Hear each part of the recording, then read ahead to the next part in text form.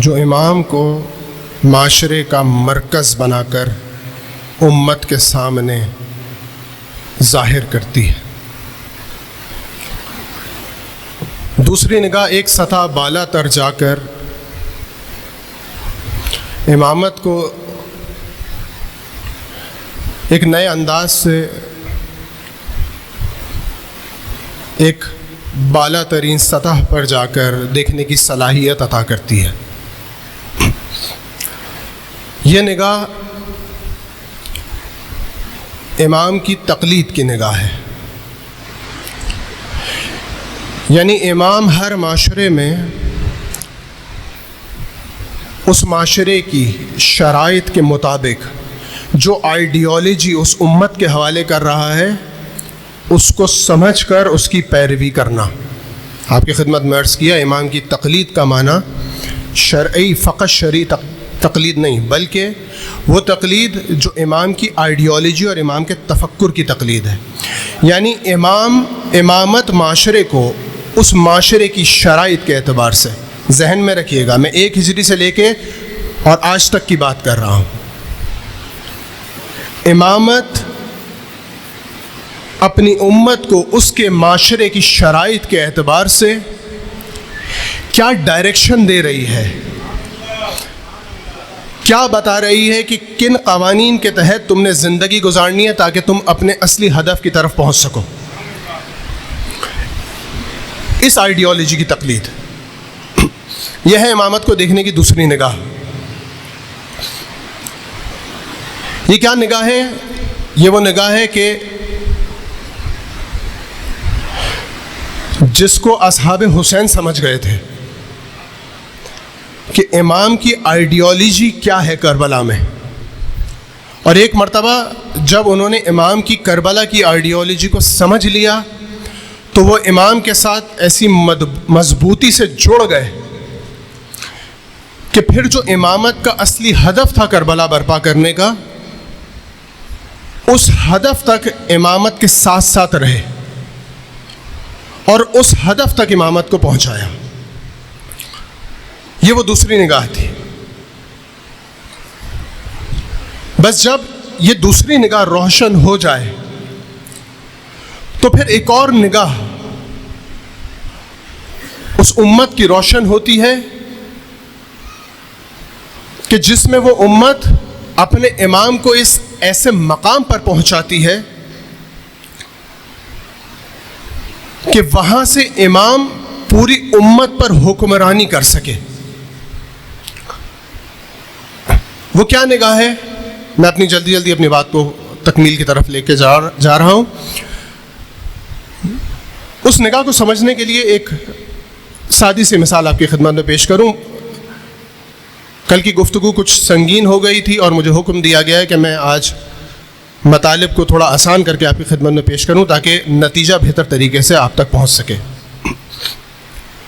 سادی سی مثال، سادہ سا سوال جو آج کل ہر بچے اور جوان کے ذہن میں، امام حسین علیہ الصلاۃ والسلام نے کیوں قیام کیا؟ اس کے متعدد جوابات، متعدد نظریے ہمارے معاشرے میں موجود ہیں۔ ایک نظریہ یہ ہے کہ یزید بے دین تھا، بندر سے کھیلا کرتا تھا، شراب پیتا تھا، فلاں فلاں وغیرہ وغیرہ۔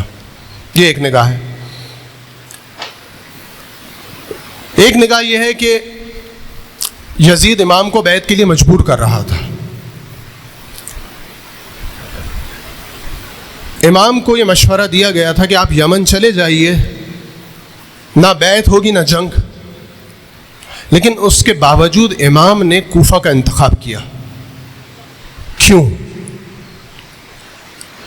اس طرح کی لاتعداد نظریات ہمارے معاشرے میں موجود ہیں کہ امام نے اس وجہ سے قیام کیا۔ اور جب ہم ان نظریات کو دیکھتے ہیں، ان تفکرات کو دیکھتے ہیں، ان جوابات کو سنتے ہیں، تو ہمیں اندازہ ہوتا ہے کہ معاشرے کی امامت کو دیکھنے کی معرفت کی سطح کتنی بلند ہے۔ یہ جو دوسری نگاہ ہے کہ جس کو میں نے آپ کے سامنے عرض کیا کہ یہ امام کی اس آئیڈیالوجی کو دیکھنے کی نگاہ ہے کہ جس آئیڈیالوجی کو امام امت کو دے رہا ہے کہ اس ڈائریکشن میں اس امت کو سفر کرنا ہے۔ اس کا دوسرا نام معرفت امام ہے. یعنی حقیقی معرفت یہ ہے کہ امام کو مرکزی حیثیت بھی دی جائے، اور اس کے ساتھ ساتھ امام کے اس نظریے کو بھی سمجھا جائے جو امام اس دور کی امت کو دے رہا ہے. لیکن جب ہم یہ جوابات سنتے ہیں کہ امام نے کیوں قیام کیا، تو ہمیں نظر آتا ہے کہ امت کی معرفت کی نگاہ اتنی بلند نہیں ہے. جواب یہ ہے کہ امام نے جس چیز کے لیے قیام کیا تھا کربلا کا، وہ تھی حاکمیت اسلامی. امام کربلا میں شہادت دینے نہیں جا رہے تھے. یہ بھی ایک تفکر ہے کہ امام کربلا میں شہید ہونے کے لیے گئے. امام کوفہ جا رہے تھے تاکہ حاکمیت اسلامی کو برپا کیا جا سکے. اس کے راستے میں کربلا برپا ہوئی، لیکن امام کا اصلی ہدف تھا حاکمیت اسلامی. اس نگاہ کو اصحاب حسین سمجھ گئے تھے، اس لیے اصحاب حسین نے اپنے آپ کو امام کے ساتھ ضم کر لیا اور کہا جس ہدف کی تکمیل کے لیے آپ جا رہے ہیں، اس ہدف کی تکمیل کے لیے ہم آپ کے شانہ بشانہ ہیں. اصحاب حسین کی یہ دو نگاہیں کامل تھیں، یعنی مرکزیت امام اور تقلید امام، یعنی امام کی معرفت. اس لیے وہ ایک تیسری نگاہ سے امام کو دیکھ رہے تھے، وہ تھی امام کی حاکمیت کی نگاہ، کہ یہ جو امام عالم ترین فاضل ترین شخصیت ہے اس امت کی، اس زمانے کی، اس کو حاکمیت کے مقام پر ہونا چاہیے. جب تک یہ حاکمیت کے مقام پر نہیں ہے، یہ دو نگاہیں کوئی حیثیت نہیں رکھتی. امام مرکزی حیثیت رکھتا ہے، میں جانتا ہوں، میں امام کی آئیڈیالوجی کو بھی سمجھ رہا ہوں، لیکن اس کے باوجود اگر میں امام کی حاکمیت کے لیے کام نہیں کر رہا، تو یعنی میری ان دو نگاہوں میں کوئی نہ کوئی مشکل موجود ہے. کمال کی بات یہ ہے کہ یہ جو دو نگاہیں ہیں، امام کی مرکزیت کی نگاہ اور امام کی معرفت کی نگاہ، ان دونوں نگاہوں میں تحریف ممکن ہے اور بآسانی ممکن ہے. اس کو سمجھیے گا. یہاں سے ایک نتیجہ آپ کی خدمت میں عرض کروں گا. ان دونوں نگاہوں میں، یعنی امام کی مرکزیت کی نگاہ، امام کی معرفت کی نگاہ، ان دونوں نگاہوں میں تحریف بآسانی ممکن ہے. میں علی کو اپنی زندگی کا مرکز جانتا ہوں، لیکن کیسے؟ اسی طرح جس طرح میں علی کو سنوں گا اور دیکھوں گا. اور میں کہاں سے دیکھوں گا؟ جیسا علی ممبر سے بیان ہوگا، جیسا علی مسجد سے بیان ہوگا، جیسا علی کتابوں میں لکھا جائے گا، جیسا علی نوحہ خان بیان کریں گے، جیسا علی مرثیہ خان بیان کریں گے، جیسا علی شعرا بیان کریں گے. یہی میری مرکزیت امام کی نگاہ کو تخلیق کرے گا. ایسا ہی ہے. اگر یہ نگاہ تحریف کر دی جائے تو اس کا نتیجہ کیا ہوگا؟ میری امامت کو دیکھنے کی آئیڈیالوجی ایک مرتبہ تبدیل ہو جائے گی. اب میں امام کو ایک مختلف آئیڈیالوجی سے دیکھوں گا، جو ان تمام تعلیمات کے نتیجے میں میرے سامنے آئیں گی. ہمارے نصاب میں امیر کائنات کے لیے کچھ واقعات لکھے جاتے ہیں جسے ہم اسلامیات کہتے ہیں، اور آپ جانتے ہیں وہ اسلامیات کتنی تحریف شدہ ہے. اس نتیجے میں ایک مدرسے کے، ایک اسکول کے بچے کی آئیڈیالوجی کیا بلڈ ہوگی، یہ آپ بہتر جانتے ہیں مجھ سے، کیونکہ وہ علی کو ایک سطحی نگاہ سے دیکھے گا، اور اس کی نظر میں علی بھی اسی سطحی نگاہ پر رہے گا. یعنی اس کے وقت کا امام اس کی نظر میں ایک سطحی آئیڈیالوجی کا حامل ہوگا. بس جب ایسا بچہ جوان ہوگا تو وہ 25 سالہ سکوت امامت کی آئیڈیالوجی کو سمجھنے سے قاصر ہوگا. اس کی سمجھ میں نہیں آئے گا کہ امام حسن مجتبیٰ علیہ السلام کیوں صلح کر رہے ہیں، امام حسین علیہ السلام کیوں کربلا برپا کر رہے ہیں، امام رضا علیہ السلام کیوں ولی عہدی قبول کر کے خراسان جا رہے ہیں، کیوں سامرا میں ائمہ زندان میں جا رہے ہیں، کیوں ائمہ وہاں نظر بند ہو رہے ہیں، اور کیوں غیبت ہو رہی ہے. اس کی آئیڈیالوجی سمجھ میں نہیں آئے گی. اور جب اس کے یہ غیبت کی آئیڈیالوجی سمجھ میں نہیں آئے گی، تو غیبت سے لے کر آج تک کے زمانے میں جو امامت اس آئیڈیالوجی کو اس پوری امت کو 1200 سالوں میں پریزنٹ کر رہی ہے، وہ بھی اس شخص کی سمجھ میں نہیں آئے گی. تو آج کے دور میں امام کی کیسی حاکمیت ہونی چاہیے یہ سمجھنا ناممکن ہو جائے گا. ان دو نگاہوں میں تحریف ممکن ہے، لیکن ایک مرتبہ اگر منبر سے صحیح مطالب بیان ہوئے، سنیے گا اس بات کو، کتابوں میں علی کی صحیح معرفت لکھی گئی اور بیان کی گئی، شعراء نے صحیح انداز میں علی کو بیان کیا، ظاہر کیا معاشرے میں، نوحہ خانوں نے علی کا صحیح میسج ڈیلیور کیا، تو پھر وہ آئیڈیالوجی بلڈ ہوگی جس میں کامل امامت کی معرفت سامنے آئے گی، اور اس کے نتیجے میں حاکمیت امام کی نگاہ روشن ہو جائے گی، جس کو تحریف کرنا ناممکن ہے. اور جو شخص ان دو نگاہوں کو کامل کر کے اس تیسری نگاہ تک پہنچ جائے اس کو شکست نہیں دی جاتی، وہ شکست ناپذیر ہے، وہ معاشرے میں اصحاب حسین کی صورت میں ظاہر ہوتا ہے، اور پھر وہ شخص حاکمیت امام کے لیے اپنی آخری سانس تک کام کرتا ہے. جب تک وہ امام کو حاکمیت کے مقام تک نہ پہنچا دے وہ سکون سے نہیں بیٹھتا. اس کو کہتے ہیں جہاد. یہ وہ جہاد ہے جو اس آئیڈیالوجی کے نتیجے میں سامنے آتا ہے، اور جہاد کا معنی قطعاً فقط جہاد بالسیف نہیں ہے. جہاد کے مختلف معنی انشاءاللہ آنے والی گفتگو میں آپ کی خدمت میں عرض کروں گا، لیکن یہاں سے جہاد کا اصل مقصد وجود میں آتا ہے. پھر یہ شخص اٹھ کر کھڑا ہوتا ہے اور کہتا ہے مجھے اپنے امام کو حاکمیت کے مقام تک پہنچانا ہے، وہی مقام کہ جس کو غدیر کے بعد امت جس مقام تک علی کو نہ پہنچا سکی.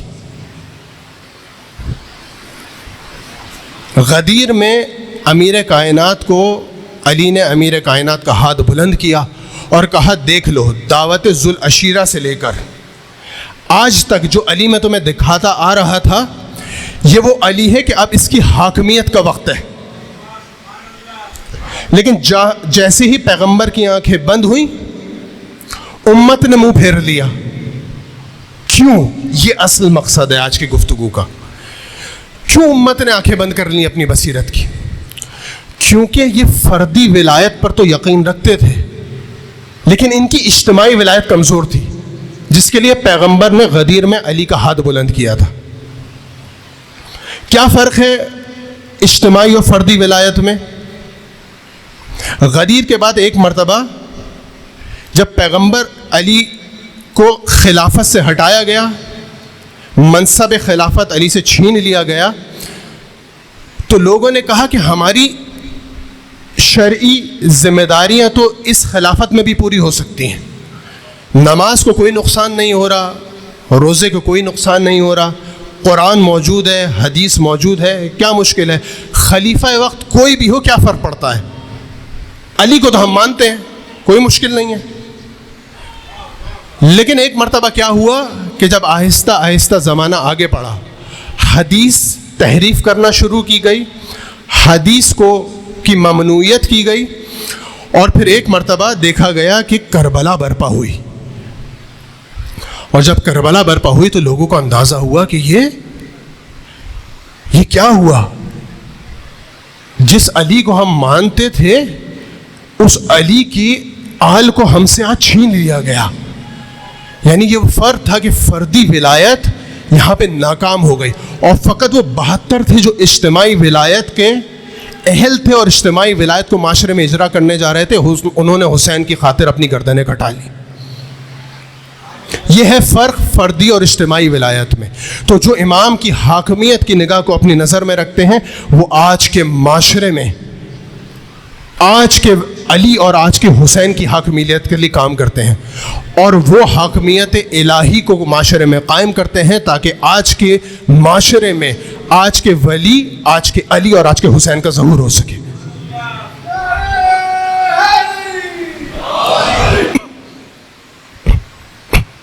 اور اسی حاکمیت کے لیے ایک مرتبہ حسین نے اپنے 72 دے دیے، اور ایک مرتبہ اکبر گئے، قاسم گئے، اون و محمد گئے، اور پھر عباس کی نگاہوں میں جو ولی خدا کی، امام کی حاکمیت تھی، اس حاکمیت کو برپا کرنے کے لیے عباس نے اپنے دونوں بازو کٹا لیے۔ حسین میدان کربلا میں گئے اور ایک مرتبہ حسین نے صدا بلند کی، حل من ناصر ینصرنی، حل من ذاب یذب عن حرم رسول اللہ۔ جیسے ہی امام نے صدا بلند کی، خیمے سے رونے کی آوازیں آنے لگیں، اہل حرم کا گریہ بلند ہوا۔ حسین پلٹے، خیمے میں جا کر کہا ابھی حسین زندہ ہے، ابھی سے کیوں روتے ہو؟ کہا امام جیسے ہی آپ نے حل من ناصر ینصرنی کہا، علی اصغر نے اپنے آپ کو ایک مرتبہ جھولے سے گرا لیا۔ اب علی اصغر خاموش نہیں ہو رہے۔ امام نے ایک مرتبہ ہاتھ بڑھائے، علی اصغر امک کے امام کی گود میں آئے اور اب علی اصغر خاموش ہو گئے۔ علی اصغر یہ کہنا چاہ رہے تھے کہ امام میں آپ کی نصرت کے لیے آمادہ ہوں، چلیے میرے امام میدان کو چلتے ہیں۔ دشمن نے دیکھا ایک مرتبہ حسین نے خیمے سے قدموں کو باہر نکالا، کربلا کی تپتی دھوپ جیسے علی اصغر کے چہرے پر پڑی، امام نے ابا کو علی اصغر کے چہرے پر ڈال دیا۔ امام آگے بڑھے، لشکر نے کہا شاید حسین قرآن لے آئے، حسین قرآن کو ہمارے درمیان حاکم قرار دینا چاہتے ہیں تاکہ حسین کو قتل نہ کیا جائے۔ حسین آگے بڑھے اور ایک مرتبہ ابا کو ہٹایا، علی اصغر کے چاند سے چہرے کو دکھایا، لیکن اس چاند سے چہرے پر ایک داغ تھا، علی اصغر کے ہونٹ خشک تھے۔ امام نے علی اصغر کو بلند کیا اور کہا دیکھو اے امت، میں اس بچے کو لایا ہوں جس کا اس جنگ سے کوئی تعلق نہیں، اگر تم مجھے پانی نہیں پلانا چاہتے تو اس بچے کو تو پانی پلا دو، اور اگر تم سمجھتے ہو کہ میں پانی پی لوں گا تو میں اس بچے کو کربلا کی تپتی زمین پر لٹا رہا ہوں، اسے پانی پلا دو۔ ایک مرتبہ عمر سعد نے آواز دی حسین کے کلام کو قط کرو۔ حرملہ نے سے شعبہ تیر نکالا، یہ وہ تیر تھا کہ جب عربی گھوڑے بھاگتے ہوئے آتے تھے تو ان کی پیشانی پر مارا جاتا تھا تاکہ ان گھوڑوں کو کربلا کے میدان میں گرا دیا جائے۔ یہ تیر کمان میں کھینچا گیا اور ایک مرتبہ تیر پھینکا، حسین جو ابھی بات کر رہے تھے، ایک مرتبہ تیر آیا، علی اصغر کے معصوم سے گلے کو چھیدتا ہوا حسین کے بازو میں پیوست ہو گیا، خون گرنا شروع ہوا۔ امام حسین نے خون کو اپنی مٹھی میں لیا اور کہا کہ اے پروردگار گواہ رہنا، میں کس کی قربانی دے رہا ہوں۔ خون کو آسمان میں بلند کیا، واپس ابا کو علی اصغر کے چہرے پر ڈالا، واپس خیموں کی طرف پلٹے۔ ایک مرتبہ خیموں کی طرف آتے آتے راوی لکھتا ہے دشمن کی طرف سے ایک شخص، میں نے دیکھا حسین کے قدم لڑکھڑا رہے تھے، آگے بڑھے پیچھے ہٹے، 3 مرتبہ امام آگے بڑھے، 3 مرتبہ پیچھے ہٹے، اور بالآخر ایک مرتبہ جب رباب نے دیکھا کہ امام کی سکت نہیں ہے مجھ سے نظریں ملانے کی، رباب نے ایک مرتبہ اپنی نظروں کو جھکا لیا۔ امام آگے بڑھے، اپنی ابا کو ہٹایا، دیکھا کہ علی اصغر کی گردن لٹکی ہوئی ہے، خون بہ رہا ہے۔ امام نے علی اصغر کو آگے بڑھا دیا، یہ آخری میری قربانی تھی جو شہید ہو گئی۔ دشمن کہتا ہے میں نے دیکھا کہ حسین خیموں کے پیچھے گئے اور جا کے ایک مرتبہ اپنی تلوار سے قبر بنائی اور حسین کو دفن کر دیا۔ راوی لکھتا ہے ایک ابو ایوب نامی شخص تھا، مختار نے جب قیام کیا اس کو گرفتار کیا گیا، اس نے کہا میں نے کچھ نہیں کیا تھا، کہا تو نے حسین پر وہ ظلم کیا تھا کہ جو کربلا میں کسی نے نہ کیا، کہا میں نے کچھ نہیں کہا تھا، میں نے کچھ نہیں کیا تھا، یہ تو عمر سعد تھا جس نے کہا تھا، کہا بتا کہ تو نے کیا کیا تھا۔ عمر سعد نے کہا کہ اگر امیر سے انعام چاہیے تو صرف اس شخص کو انعام ملے گا جس کے ہاتھوں میں کوئی نہ کوئی شہید کا سر ہوگا، کسی نہ کسی شہید کا سر ہوگا۔ میں نے حکم دیا کیونکہ میں نے دیکھا تھا حسین گئے تھے خیموں کے پیچھے، 6 مہینے کے بچے کو دفن کیا تھا، میں نے حکم دیا نیزے سواروں کو کہ جاؤ اور جا کے نیزے لے کر جاؤ۔